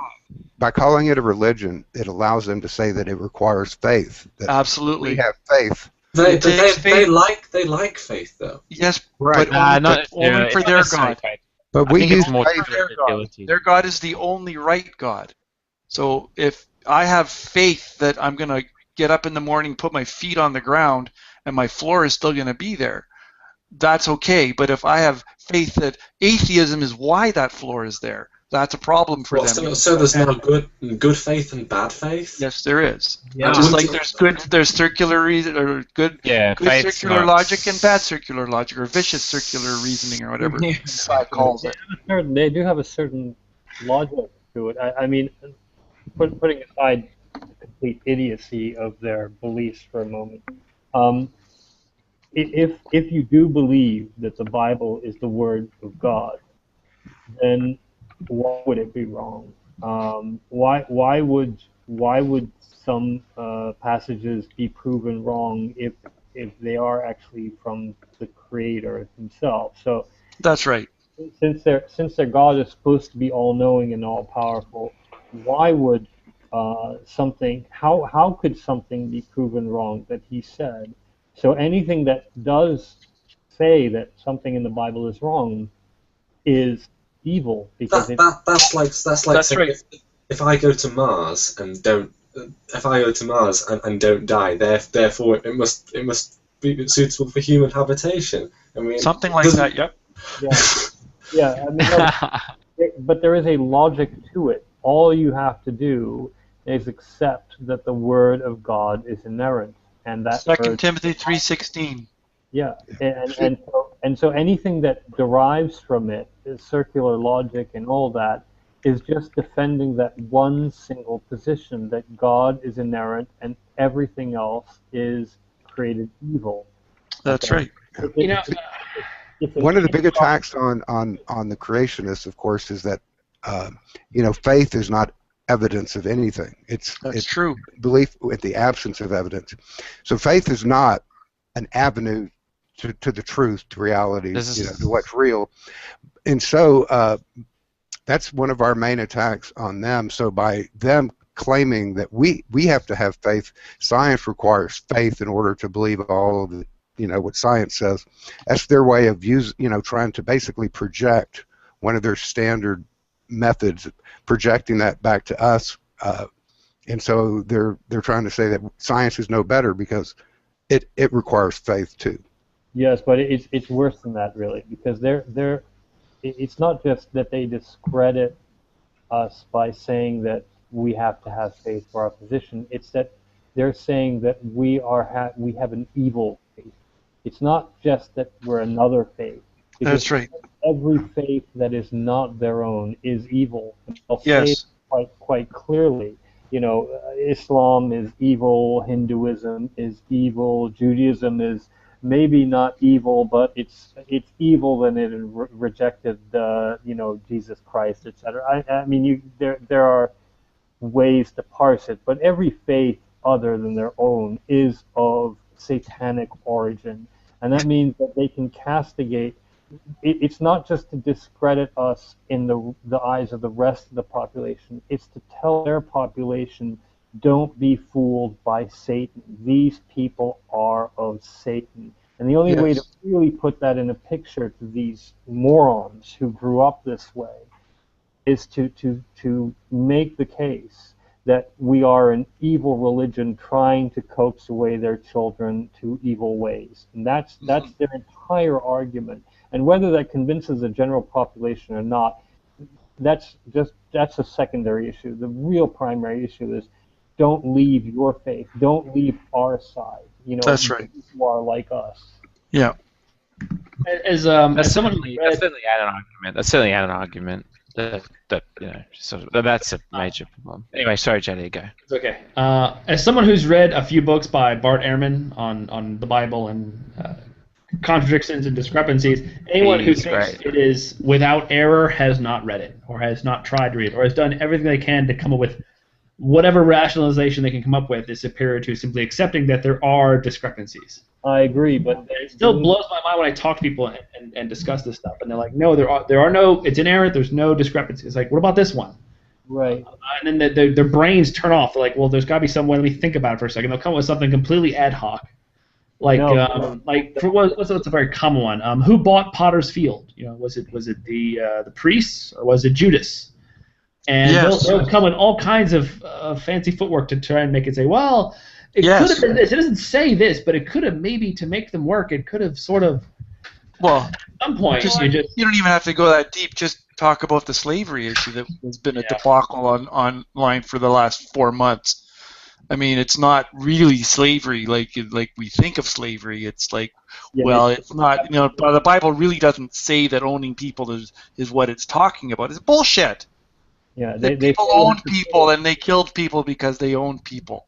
They say you have to put it in context, but that's the thing. Any contradiction that Ehrman comes up with, and I've read some of his stuff too, by the way, and watched some of his lectures, actually, very interesting. But the fundamentalists are right in pointing out that these issues have been known for a very long time. That is true. Bart Ehrman's not actually bringing up much new stuff in that respect. What he's doing is he's making it generally known to the public, which is a first. But they do have excuses since hundreds of years at this point as to why these contradictions exist, and they have excused it away. But mostly by saying you have to understand the context, and then they'll spin all sorts of crap around, just the way Veckel and G-Man do, about the context of the words and the meaning of the words, etc., which is all, frankly, bullshit. It's sophistry. That's the excuse they'll generally rely on, is the context, and then from there on they can say whatever the hell they damn well please. Yeah. Like I've asked this question to more than a few fundamentalists, Calvinists, sort of liberalists, and it's like, when you're talking about the Bible in context, I mean, if it's in the book, to me, that's the context that God wanted it. If God wrote it, then He put it in there, and no matter what you do as humans to put it into a different context, God put it in there. If He wrote it, then it's in there because He wants it to be in there, and it's saying something He wants it to say. So I asked the question, do you believe that if I just read the Bible, that I will be able to find the God of the Bible and get saved? 90% of the people that I've polled say no. You need somebody to explain salvation to you, according to their theology, of course. I say, well, then what's the point of the book? They don't know what to say to that, because they can't answer that. You know, if either you need the book because it's God's word, or you just need to trust man, which is what they believe atheists do, for their salvation. They don't see the problem with that. It's quite fascinating, actually. Who's typing? Or playing the drums, one or the other. Yeah. Oh, that's me. I left my mic on. Sorry about that. Uh-huh. Sick double cake, man. That's some very good drumming. Nathaniel, I think maybe your screen's acting weird. Obviously, I look exactly like my avatar. Oh, okay. I think then it must be my screen. You're using your human eyes, not your god eyes. See, You mean my polar eyes. Yeah. Yeah. Do you mean to give us those flashes of your webcam, Quantum? You're like the mysterious man from England. Well, JD asked me to turn my webcam on, but then I realised it was just causing lag, so I turned it off. Oh, I didn't need Ah. That's okay. Anyway, I'm not sure. What else? Did anyone else have a topic they wanted to talk about? Were we finished with the Malaysian airline? I wasn't sure. Roller coasters. Want to talk about roller coasters? Okay. I just got back from Kings Island. It has nothing to do with the great debate, but it was fun. Oh yeah, how was your vacation? I remember you were going on vacation, weren't you, or something like that? Well, it's been a while. I'm going on vacation soon. No, I live near the theme park, about a half hour away, so I go. Not actually, my girlfriend and her kids go, so now I go. So they go about once a week, so I have like a season pass. And yeah, I just did a few rides I hadn't done before today. So. Okay. Did the Banshee, which goes upside down about 7 times. Would not recommend getting on the Diamondback if it's your first time going in like 10 years. Oh yeah, my friend here. Let me turn the camera for a sec. Hello, this is Michael. It's been about 10 years since the last time I went to Kings Island. Yeah, he hadn't been on a roller coaster in forever, so I decided the first thing I should do is go take him to the tallest, steepest roller coaster in the park. 75-degree drop. Yeah, it's a 200-foot, 75-degree drop, and you're going about 80 miles an hour, and it's fun. But if you're just first getting back into roller coasters, it's not really the first thing you do. I'm like, hey, we're at the park, girl, let's go on this one. I don't see the point. It's a solid initiation, though. You could then ride everything else after that. Everything else would seem... Well, I don't know. It slowly worked on his brain afterwards how scared he really was, because when we were in line for the Banshee, which is the one that's all crazy inverted loops, by the time we got to the top, he was like, I don't think I'm going on this. Actually, it's more that like there's really nothing around you. You just made up a reason. You can actually see the track below you. Sure, that's what it was. You were just like, I don't want to go on. Have any of you heard about the design for a euthanasia coaster? Euthanasia coaster. Yeah, the basically. One way to go. Well, what it does is it has I think it's something like a 200-foot vertical drop, and then there's 5 circular loops, and because the loops are perfectly circular, it's about 10 G of force on each loop, and and after the second loop, well, actually the loops get smaller and smaller, so that the G force goes up on each loop, and by the second loop you're dead. Excellent work. That's a great way. It doesn't actually exist. This doesn't actually exist yet, but there's a design for it. Why are you doing electric chairs? Right? Why electric chairs and shooting guys? No, put them on a roller coaster. You for your crimes against humanity. No, it was supposed to. I mean, the design was supposed to be for people that wanted to end their own lives. It was supposed to, euthanasia, as it implied. It wasn't intended to be used for. I suppose it could be, but. Yeah, I use from capital. I mean, America, we love our capital punishment. So Yeah, no, that's we'll put a big one like a Texas theme park. Like if you don't want to ever do any rides ever again, here's your last one. No, I think it's a lot cheaper and less traumatic to give somebody an injection. Oh God! Oh, actually, you would think that, but no, it costs millions of dollars to execute someone. No, I mean, it was approved. Put them on a roller coaster. No, I think that would be really a horrendous way to go. It's supposed to be. The idea behind it, the designer designed it so that you're supposed to feel euphoria as you die. Because I mean, obviously you're on a roller coaster. I mean, and the thing that kills you is the G-force. So I mean, I think you die. Do you die of cardiac arrest? You die of some sort. I don't think it is cardiac arrest, but you die of some sort of circulatory. You die. Oh, it's hypoxia. It's hypoxia. That's it. You die of lack of oxygen to the brain. Yeah. It's supposed to be. It's supposed to be quite painless, though. I mean, you guys know the comedian Chris Rock? Of course. Yeah. He has a great line where he says, "What is all this money? Like, what could they kind of make a stabbing chair? Like, sit down. Yeah, there we go. We're done. I mean, why would I come with these expensive ways to do it?" You ever see Fandango, 1985 movie with Kevin Costner in Texas? They take this guy. This guy he's basically dared to go for skydiving jumps and.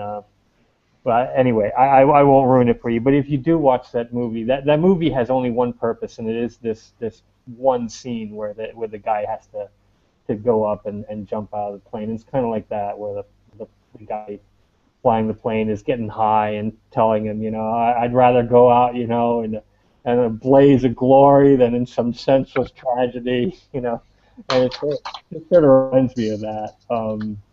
I think there are better ways to go, frankly, than to be dropped from a really tall height. And I think if I were to have to choose that, there are other ways to go, I think, rather than be terrified to death. Yeah, I'm not sure that roller coaster death's up there on my list of choices if I had to choose. Yeah.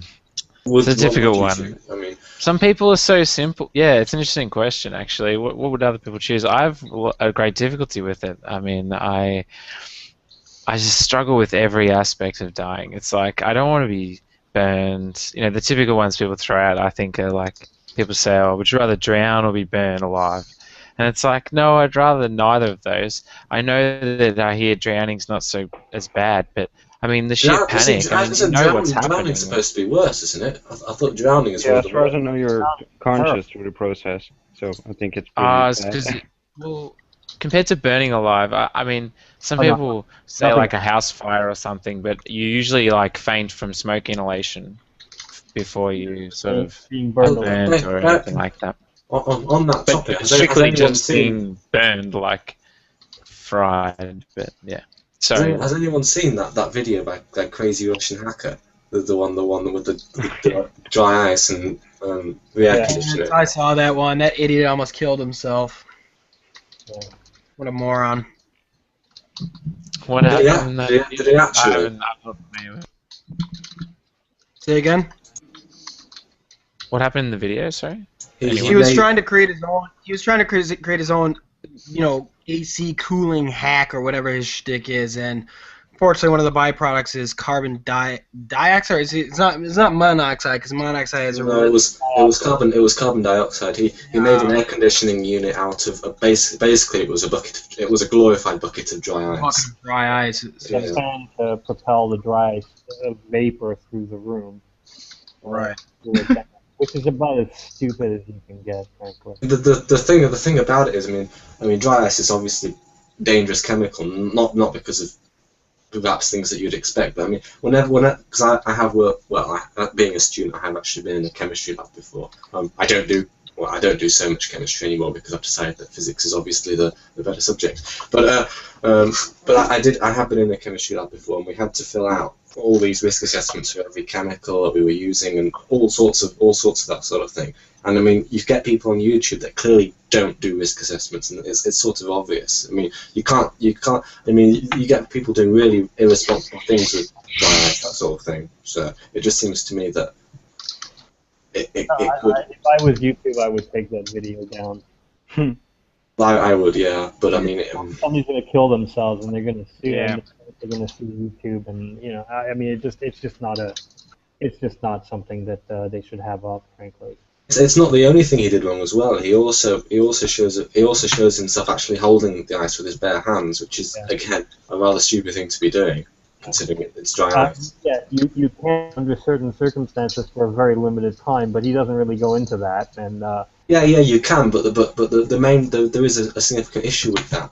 The problem, cryoburns are more dangerous than hot burns for the reason that when you're being burnt by something that's hot, you can tell it hurts. Well, you go immediately, but yeah. Yeah, but with dry ice, you can't feel it. That's the point. It's so.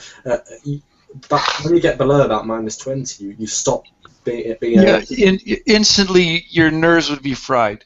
Yeah. You would not feel a thing, and your hand would just be turned to a hunk of ice. You wouldn't feel it at all. Yeah, so I mean that's why it's so dangerous, because you don't get the extreme pain associated with burning yourself on a stove or something. I mean, if you touch something really hot, you would withdraw your hand because you would feel it. But with dry ice, you wouldn't actually be able to tell that you were being burned, and unless you actually. Yeah, so that's the thing. That's why it's so dangerous. Yeah. Well, he's an idiot. So what can you say? They abound on YouTube. I mean, also the other thing with dry ice, dry ice is just so bloody dangerous for so many different reasons. But the other thing, of course, is that you can't store it in a sealed container because, for the obvious reasons, if you store it in a sealed container, it will explode. And you can make really good makeshift rockets out of dry ice. You can make better rockets than you can make out of water. For instance, like out of water pressure, you can make rockets in a pop bottle, but you can make rockets out of dry ice. I'm not advising anyone does this, but you can do it. I did that in grade 8. Sorry. I almost blew up 2 chemistry labs in high school. So. Yeah, I am happy to, sorry to interrupt, but I am happy to let Brian and James continue their discussion if time is sort of a concern for them, if they're interested. I've got 2 major exams this week to finish off my schooling, and I am sort of studying. I'm just kind of going over range of motion testing and shit like that. I mean, it's not, I can do it and kind of pay attention, but it's a matter of how long do I want to stay online here. I mean, I've enjoyed the discussion. It's been really it's been fascinating, but you don't want to keep me here for a couple more hours. I'm not sure I have that kind of time. Yeah, but, sure. I'm all for having it some other time. We can definitely have a dedicated one, maybe just me and him, or back in the group again, or we can start the next one, however you guys want to do it. Yeah, I mean, it's something you and I can get together. I mean, when you're back in this part of the world, we can get together and I just have you and I have a hangout and just kind of sit and talk. I think I would be fascinating. I mean, like I understand a little bit about economics and all that stuff, but for me, I completely understand the difference between your nation and my nation when it comes to being and European nations in general, where we have a completely different outlook on taking care of the people that call themselves Canadians. Yeah. And it's just a whole different mindset. Yes, we are all for capitalism, but we also have a very compassionate streak that runs through our nation. And if you need it, if you need help, we're there to help you. And that's what our society is based on. Okay. Fair enough. That and beer, eh? That and beer and bacon, eh? Like, don't forget the back bacon, eh? Yeah, that's right. Eh? Yeah. So. Yeah, and to be clear, you made plenty of valid points. I mean, you don't need to be an economist to. I mean, you not to appeal to authority, but that's not why I think my points are valid. I think you also made some very valid points. I'd definitely be happy to continue the discussion. And that's because I'm 52 years old. Yeah, something to be said for that. There you go. I just hit 29 the other day. Yeah. On the I just want to make one quick criticism, Brian. Yeah. Of course, Nathaniel. We had it.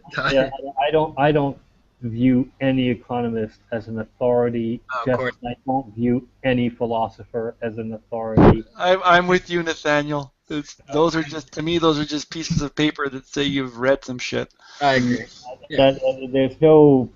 There's no economic system that is scientifically proven to be the best. Including the biblical ones.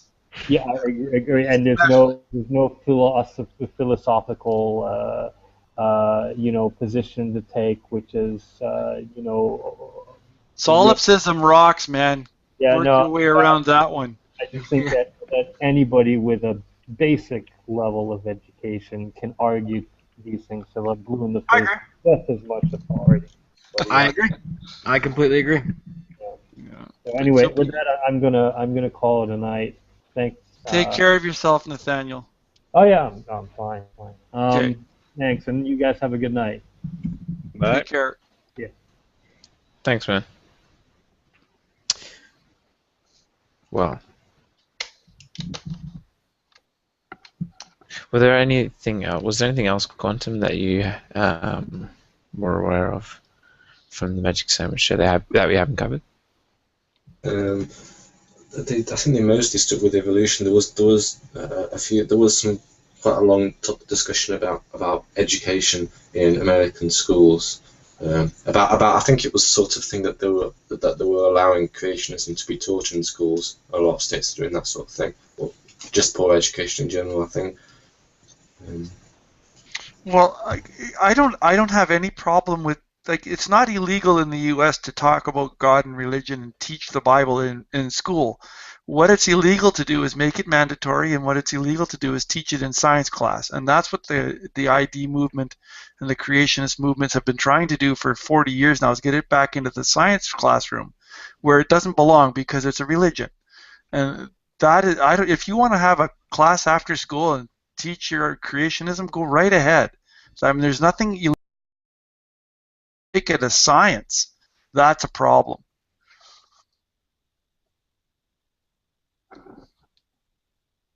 So, well, I would agree with that. I'm sure everyone would hear would.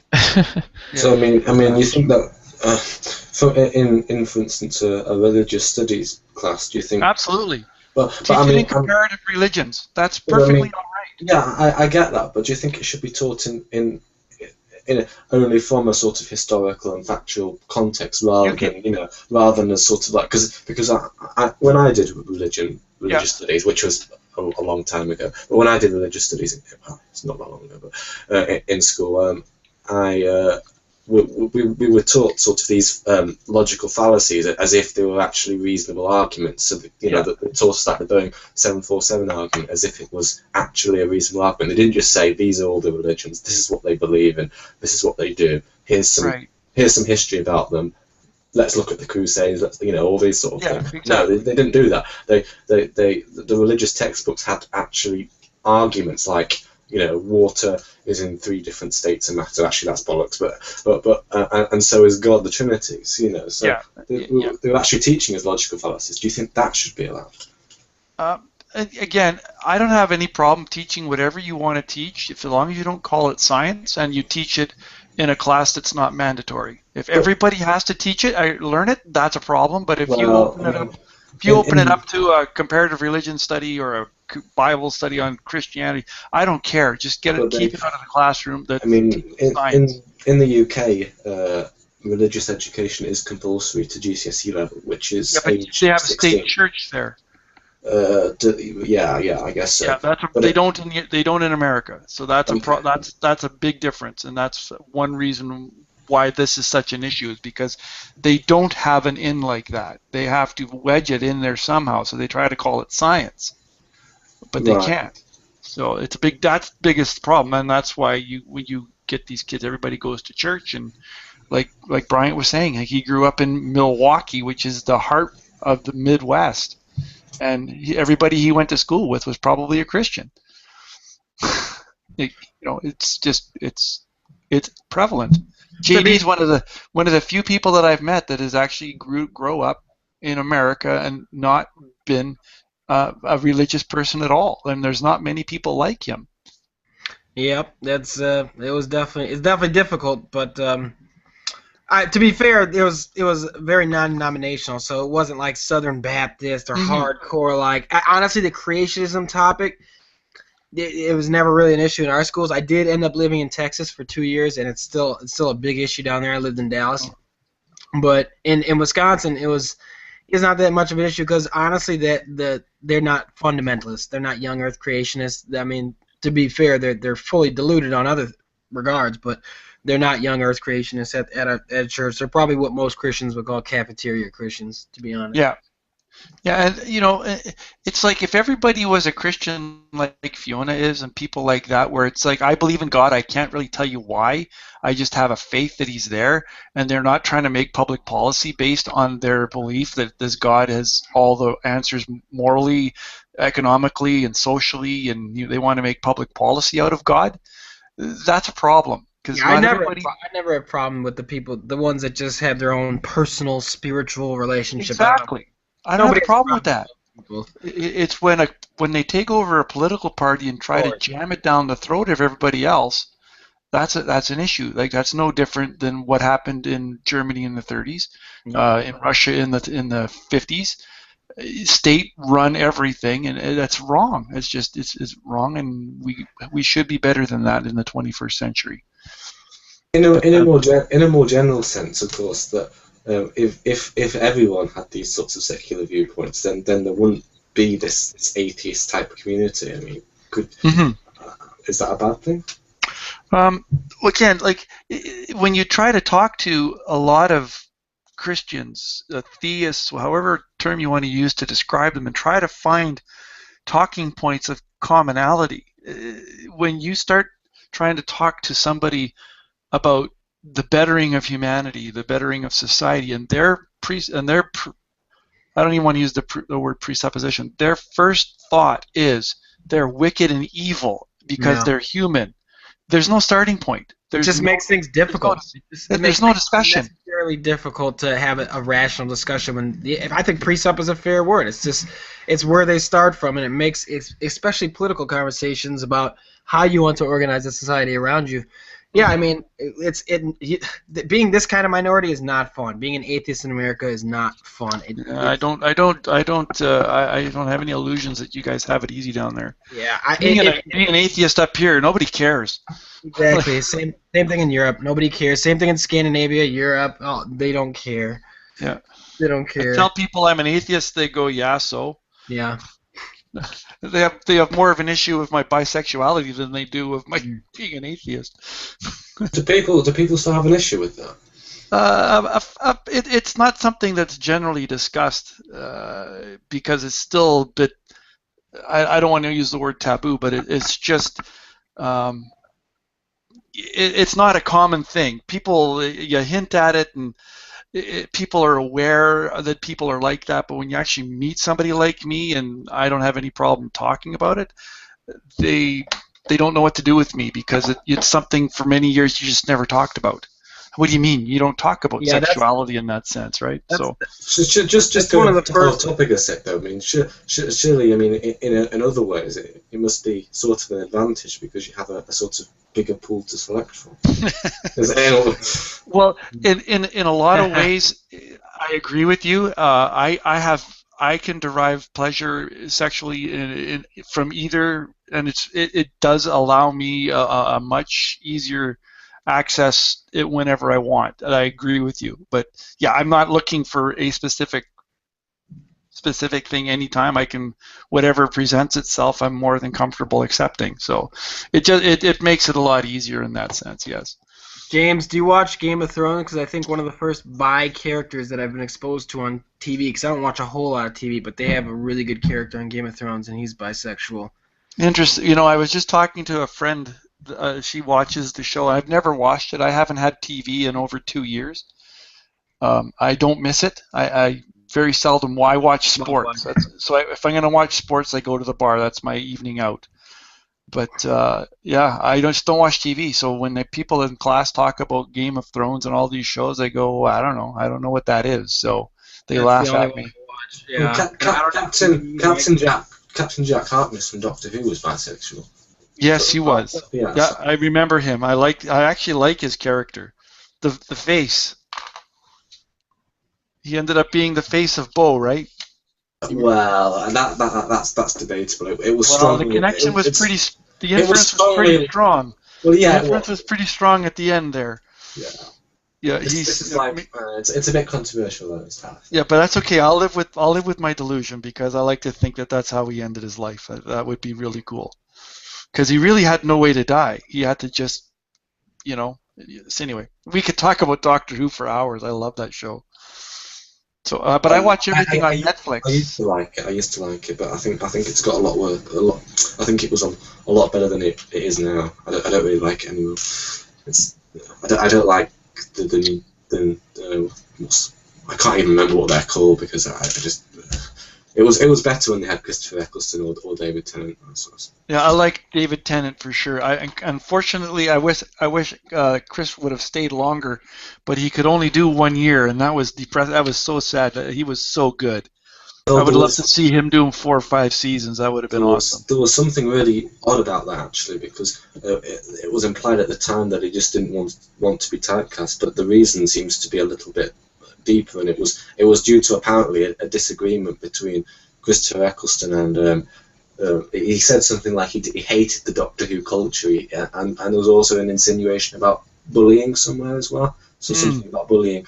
So I don't know. He's never really explicitly said what happened, but right. But there's an implication that something wasn't quite right with what was happening.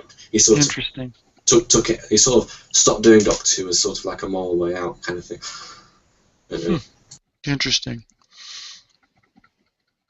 That's quite interesting, actually. Like I said, I only heard that he had some contractual obligation to do something else, which is why he did only 1 year, which is too bad. He was so good at it. But yeah, Tennant he's my second favorite. So. Yeah, me too. I mean, I don't really know a lot of people that prefer Eccleston to Tennant, but I do prefer Eccleston. I'm completely ignorant. I'm from America. Doctor Who, is that like a recurring sort of, like there's different... It's been around for 50 years. Okay. Go on Netflix and start looking for TV shows and start watching. Pick something. If you only watch the last 10 years, you'll catch the essence of the show. I guess it's sort of similar to Star Trek, except they don't... No, I wouldn't even... I wouldn't compare the two at all. I mean, I'm just thinking of something that is American to try and make a comparison. Just in the sense that it's a continuing. Well, you're not old enough to remember the show Time Travel or Time Tunnel. Time Tunnel. It might be a bit before me. It was when I was a young lad. But basically, they would go into this funnel and would take them back into time or ahead in time. Doctor Who has the ability to travel anywhere in the universe and any time in any dimension. So that's what he does. He's a Time Lord. So, if you can imagine somebody who is in control of time, flying around in well, they call it a TARDIS, which is basically a British phone box. That's his spaceship. Okay. So that's the premise of the show, and he goes anywhere and everywhere, and it's fascinating to watch. If it's sci-fi, I'll love it. I'm sure. Then go on Netflix and find it. All the seasons are there. Like you said, though, I just don't have much TV, so I get hooked on things through like bootleg copies and like Netflix or whatever. Yeah, it's all on Netflix. All right, sweet. I'll check it out. I take it you've all seen Firefly. Yes. I have not, but ever since me and my friends, ever since Lost was ended, my friends were getting all hooked on Firefly. I never did watch it. I heard it was a big letdown. It got people all invested in it, and then they just sort of stopped it. It was because it wasn't Firefly. It was the TV station Fox. I think it's called Fox. They cancelled Firefly after one season, and everyone was in uproar about it. Yeah, that's what I heard. Yeah. That's messed up. How did we get onto this topic of sci-fi? I can't remember. I don't know. You guys always drift off to sci-fi. We started talking about comparative religions, and then of course we dive right into TV. Talking about my bisexuality went into Game of Thrones. Yeah, went from Game of Thrones into Doctor Who. This is my fault. It's not a fault. It's just I'm just kidding. That was the segue list. So yeah, I was paying attention. Perfect. Right. Well, I'm not sure if we're going to get stuck into climate change denying, unless we want to. What is your guys' I could talk about that for a while, but that's something that really pisses me off. Yeah. Because I did actually used to be a climate change denier. So I got when I was doing my GCSEs, which is I suppose a while back now. But when I was doing my GCSEs, I wrote in an English assignment for GCSE English a load of climate change nonsense. I got 100% for it. So I'm kind of have mixed feelings about it, because maybe I shouldn't have got 100% for essentially making shit up. But I don't know. The problem is that the reason I was a climate denier is because if you go on Google and search for climate change, probably the second result is climate change denial stuff. I mean that's the problem. There's an awful lot of people out there that don't believe in global warming, and they make blogs, get really popular on the internet. I mean, it's true that the most popular blog about climate change on the internet is I won't call it outright denial, because it's not as extreme as that, but it's definitely along those lines. So there's a real problem on this with the metadata, that if you want to learn about climate change, the first thing that you're going to come across is denialist tosh. Through search engines and such, yeah. Well, Yeah. all they have to do is go look at the images from the north of northern Canada and the North Pole, where there could be no polar ice cap real Yeah, but soon. there's always There's explanations. There's always explanations. I know. Yeah. Yeah, but the explanation's bullshit. But we all know that. So. Yeah, well, I didn't. I mean, that's the point. Yeah. I used to be one. You could draw attention to the fact that the Arctic is melting, and then someone would just say, well, the Antarctic is growing, so of course they cancel each other out. And in fact, if you look at global sea ice now, it's actually above average because the Antarctic. I think the Antarctic sea ice is the highest on record at the moment. So because of that, the global sea ice is actually higher than average. So that would be the point that they would bring up. I mean, there is actually a reason why you can't just say that, why that's wrong, but that would be reasonably convincing to many people, I'm guessing. It's interesting. It is interesting. You did touch on something that I did want to mention or ask about, which was, I mean, Googling stuff is just such a default thing these days. I mean, children, who are very young and they're, like preschool or whatever, they got their little iPaddy thingies, iKid whatevers, and they can basically, go online and Google stuff. It's amazing that. Do you think that Google should have a responsibility to sort of at least make sure to some level, which I don't know how it would be possible, but that the information is the best, like the best information is at the top in a sense, not just whoever pays them the most, even though that would be what drives them. Responsible, wouldn't it? That would be.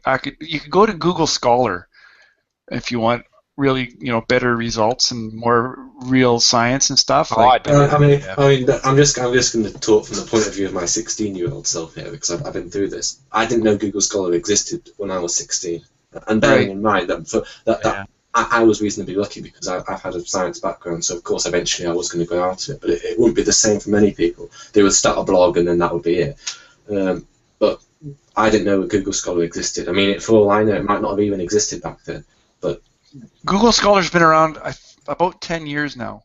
Yeah, so it did exist, but the fact is I didn't know about it. Of course, I wouldn't be able to get access to any of the papers. I'd be able to see the abstracts at best. I probably wouldn't even be able to understand the abstracts. Yeah, and of course. Sorry, the article I just posted it talks about they've just unearthed a 70,000-year-old settlement in northern Africa. So much for a 6,000-year-old fucking Earth. Sorry. Yeah, but God put that there to test us. Yeah, no, Satan did. God, The devil is the tempter of the brethren. I mean, what they would say is that it's not 7,000 years old, wouldn't they? They'd say that carbon dating doesn't work or something like that. Well, you can't carbon date dirt, but nice I know, but that's what they would say. That's what they would say. I know. It's funny. They're so stupid. They don't even know how stupid they are. But carbon dating is just what the carbon daterists want you to believe. They're very similar to those Darwinists. And that's right. They're evil, wicked Darwinists. I had a debate with a young creationist, youngest creationist, probably like this time last year, and he must have used the word scientific paradigm probably 1,000 times in like 2.5 hours. Like, well, as long as you didn't keep saying paradigm shift. Second law of thermodynamics. Can't even say it. Right. Yeah, there's a problem there. Blah blah blah. I mean, he just it was just like, if I'm a faith, then you're a faith too. He's just trying to just bring it down to their level. I'm like, no, there's no faith about it. It's just a monster of the earth. It's so frustrating. I don't know why I engage in it sometimes, but this guy, he truly believed the earth was a couple thousand years old. And he was willing to argue me all night on it, and he did. It kind of blows my mind. Yeah. Well, we lost JD. He must have had to go. Yeah.